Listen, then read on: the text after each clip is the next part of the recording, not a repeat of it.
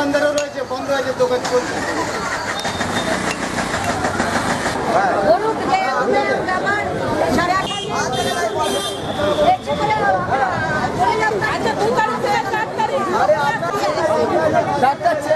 কি করে চেম্বার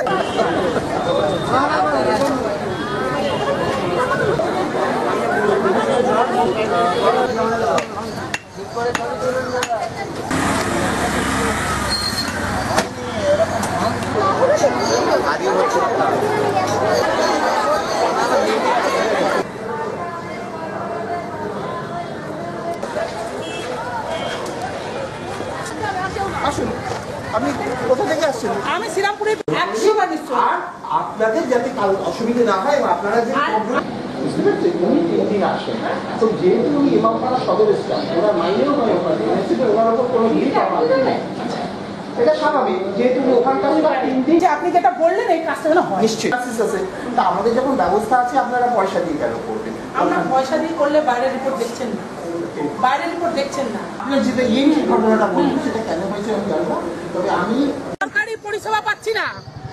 উপরন্তু আমরা আজকে সমস্ত গাইনোকল পেশেন্ট, সমস্ত ডেলিভারি পেশেন্ট রয়েছে, পেশেন্টটা পড়ে মাথা ঘুরে করে ব্লিডিং শুরু হয়ে গেছে। আজকে 20-22 দিন হয়ে গেল কোনো ডাক্তার, কোনো গাইনো নেই।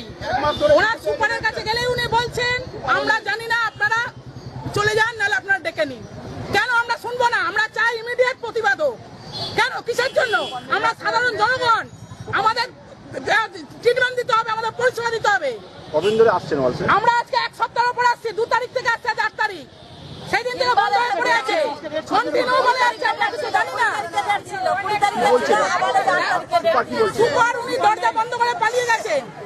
আমাদের আদালত ওনার সরকারি পুলিশ যারা, তারা বলছে রোড ছেড়ে দিন, আমরা ছাড়বো না।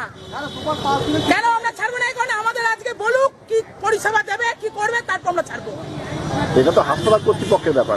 কোনো কর্তৃপক্ষের ব্যাপার না। আজকে শুনুন দাদা, আপনার ঘরে মা বোন আছে, আজকে ডেলিভারি হয়, তারা সকাল থেকে না খেয়ে বসে আছে, তারা প্রসূতি, তারা সমস্ত 9 মাস কার, 8 মাস কার, 6 মাস, তারা একটা মাথা ঘুরে পড়ে গেছে, সেই বাচ্চাটার যদি কিছু হয় কে দায়িত্ব নেবে?